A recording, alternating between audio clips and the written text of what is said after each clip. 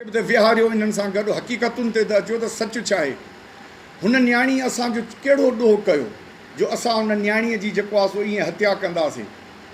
तव्हां ॾिसो पहिरियों जेके बि DNA टेस्ट आहियूं त केतिरी ग़लति डॉक्टरनि कढियूं त साईं हेॾी नाजाइज़ी थी आहे, ज़नाऊं थियल आहिनि, तशद्दुद थियो आहे, उज़बा भॻान नव धक ॾेखारिया विया आहिनि। उहे बिस्मिल्लाहिर्रहमानिर्रहीम, अस्सलाम वालेकुम। मैं शाहिद सकलैन हूँ। आप देख रहे हैं मेरा यूट्यूब चैनल, फेसबुक पेज। आज 22 सितंबर है, जुम्मतुल मुबारक का दिन है और आज की इस वीडियो में हम ज़रा आपको अपडेट देंगे नन्ही फातिमा कत्ल केस के हवाले से। खैरपुर में ये कत्ल हुआ था पीर असद शाह फयाज शाह की हवेली में। आपको याद होगा, छोटी बच्ची, पोस्टमार्टम हुआ, कब्र कुशाई हुई, सारे मामलात हमने आपके सामने रखे। मेरी कोशिश है कि इस केस में इस पे हम बात करते रहें और मैं इस पे मुसलसल बात कर रहा हूँ। इस केस के फॉलोअप्स मेरे ही चैनल पे आपको मिल रहे होंगे।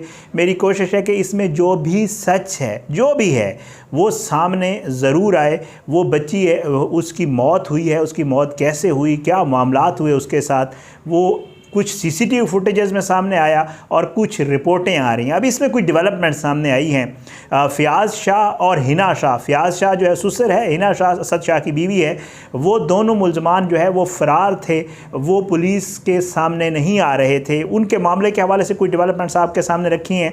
DNA रिपोर्ट जो आई वो मैंने आपके सामने रख दी। उसमें तो भाई उसमें तो ये आ रहा है कि जी कत्ल जो है वो तशद्दुद से हुआ, ज़्यादती व्यादती कोई नहीं हुई इस बच्ची के साथ, वो भी मैंने आपके सामने रख दी। अब इस केस में एक और गिरफ्तारी हुई है, वो क्या मामला है। और एक और चीज़ बड़ी बात हो रही है इसके ऊपर कि वहाँ पे जो रानीपुर है, जो ये पीर असद शाह वगैरह के हवेली है और इसके आसपास के जहाँ की वो फातिमा फरोडो थी, वहाँ पे एक बात की जा रही है और ये ज़बान ज़द आम है, वैसे नहीं कह रहा हूँ। वहाँ पे जो सहाफ़ी दोस्त मौजूद हैं, सरफराज नवाज़ भाई का शुक्रगुज़ार हूँ, बहुत सारे दोस्त और भी वहाँ पे मौजूद हैं जिनसे राबता होता है, मुसलसल उनसे अपडेट्स ले रहा होता हूँ।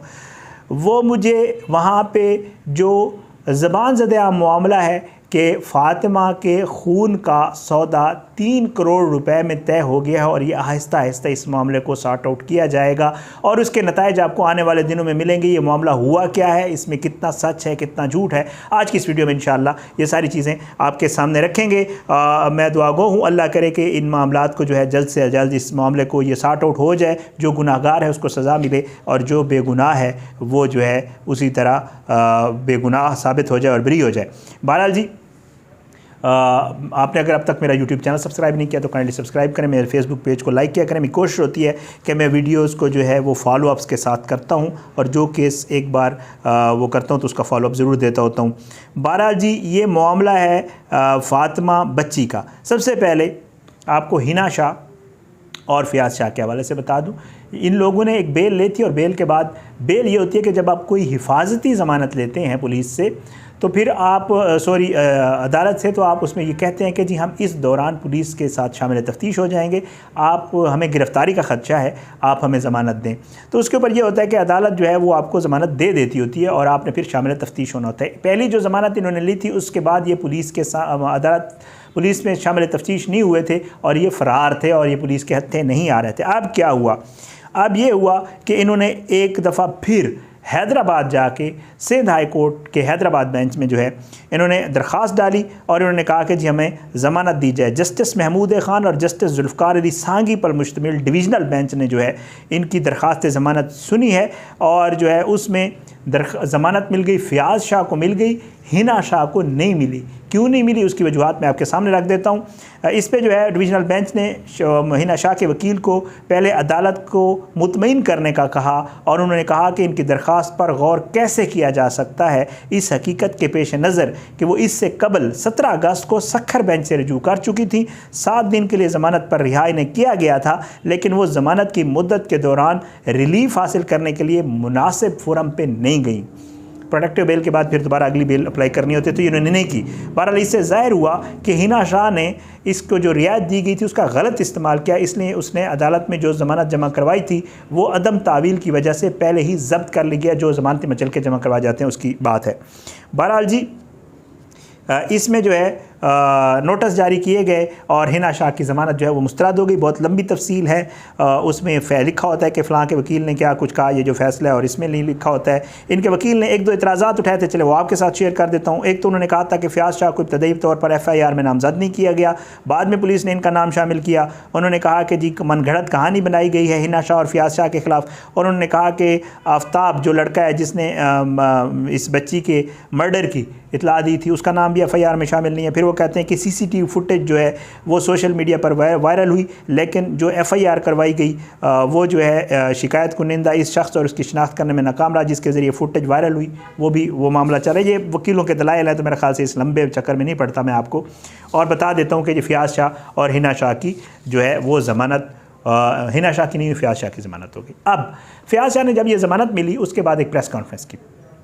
प्रेस कॉन्फ्रेंस जो है फ़याज़ शाह ने बैठ के कुरान पाक हाथ में रखा और उसने जो है बाकायदा तौर पे ये बयान किया उस प्रेस कॉन्फ्रेंस में कि जी देखें मेरे सामने कुरान पाक पड़ा हुआ है और हमने इस बच्ची का कत्ल नहीं किया। हम अक्सर व पेशतर फ़रोड़ ख़ानदान के काम आते रहे हैं, लेकिन फ़रोड़ ख़ानदान ने हमारे साथ वही किया जो इमाम हुसैन के साथ करबला में लोगों ने किया था कि उनके साथ नेकी हुई।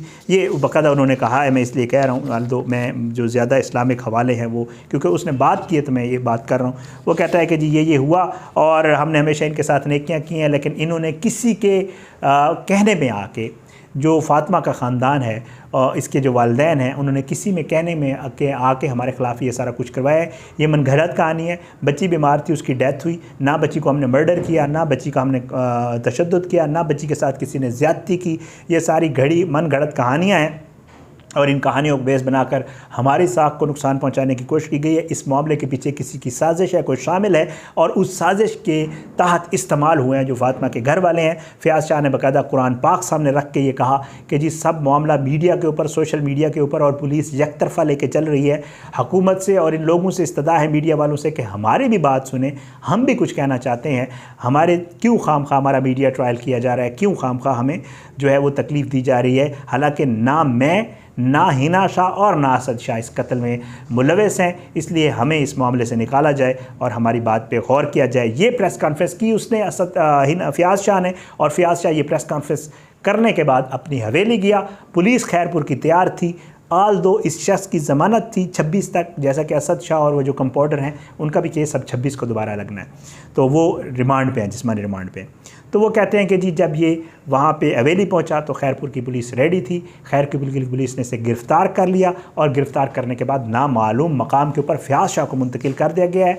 हिना शाह अभी तक वो जो है फ़रार है, वो अभी तक नहीं है। उसकी ज़मानत कैंसिल हुई, उसकी ज़मानत नहीं मिली, लेकिन ना तो वो अदालत में दोबारा पेश हुई, ना वो पुलिस के सामने शामिल तफ्तीश हुई। हिना शाह फ़रार, फ़याज़ शाह गिरफ़्तार। अब ये मामला यहाँ, और असद शाह ऑलरेडी गिरफ़्तार है, तो ये मामला फ़ातिमा वाला यहाँ पर जो है ये बड़ी गिरफ़्तारी हुई है। लेकिन बड़ी गिरफ़्तारी तो हो गई, अब इसके बाद क्या होगा ज़रा इस पर बात करते हैं। ये केस जो है इसको बड़ा फॉलो किया जा रहा है पुलिस की तरफ से भी और हायप्स की तरफ से, बल्कि इवन मैं पढ़ रहा था कि आज फिर भी निगरान वज़ीर दाखिला सिंध हारिस नवाज़ का कहना था कि फ़ातिमा केस में इंसाफ के लिए आखिरी हद तक जाएंगे और इंक्वायरी अफसर को हिदायत दी है कि जल्द इंक्वायरी मुकम्मल करे। हुकूमत इस केस को देख रही है ख़ुद से। तो बहरहाल जी अब ये गिरफ़्तारी तो हो गई है और असद शाह गिरफ़्तार है, फ़याज़ शाह गिरफ़्तार हो गया, हिना शाह फ़रार है। अब देखते हैं कि पुलिस इस मामले को फ़याज़ शाह से क्या कुछ निकलवाने में कामयाब हो सकती है, क्योंकि इस फ़याज़ शाह से पहले चंद रोज़ कबल जो है पुलिस ने एक बड़ी कार्रवाई करते हुए रानीपुर दरगाह के गद्दी नशीन पीर सूरज दस्तगीर के भाई शाहजेब को भी गिरफ़्तार किया था। तो ये सारे मामला चल रहे हैं, पुलिस चालान तैयार कर रही है, इनके बयानात ले रही है। इनके बयानात की रोशनी में आगे क्या मामला चलता है वो डिपेंड करता है। मरकज़ी मुलज़म जो है वो असद शाह है और साथ में नामज़द मुलज़मान ये थे हिना और फ़याज़। अब देखें हिना शाह की गिरफ़्तारी बाकी है। एक चीज़ जो है वहाँ पर जो डिस्कस हो रही है मैं आपके सामने वो रख देता हूँ। अगेन थैंक्स टू वहाँ पे जो हमारे सहाफ़ी दोस्त हैं, जो वहाँ पे जो लोग हैं जो मुझे ये चीज़ें बताते हैं। ज़ाहिर बात है रानीपुर में ख़ुद तो वहाँ मौजूद हूँ नहीं, लेकिन वो मुझे बड़ा अपडेट करते रहते हैं और मैं अक्सर उनको कॉल करके पूछता रहता हूँ।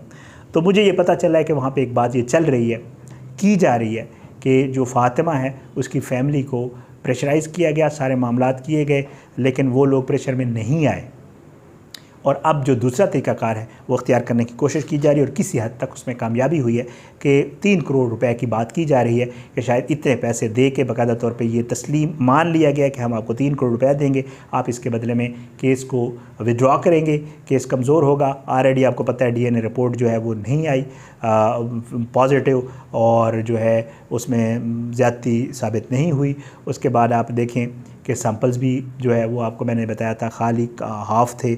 ये सारे मामला उस तरफ चल रहे हैं और दूसरी तरफ कोशिश की जा रही है कि इस केस को बाहर से आउट ऑफ द कोर्ट जो है इसकी सेटलमेंट की जाए। जब सेटलमेंट हो जाए वालिदैन विड्रॉ करेंगे, बाकी मामला रह जाएगा मर्डर वाला।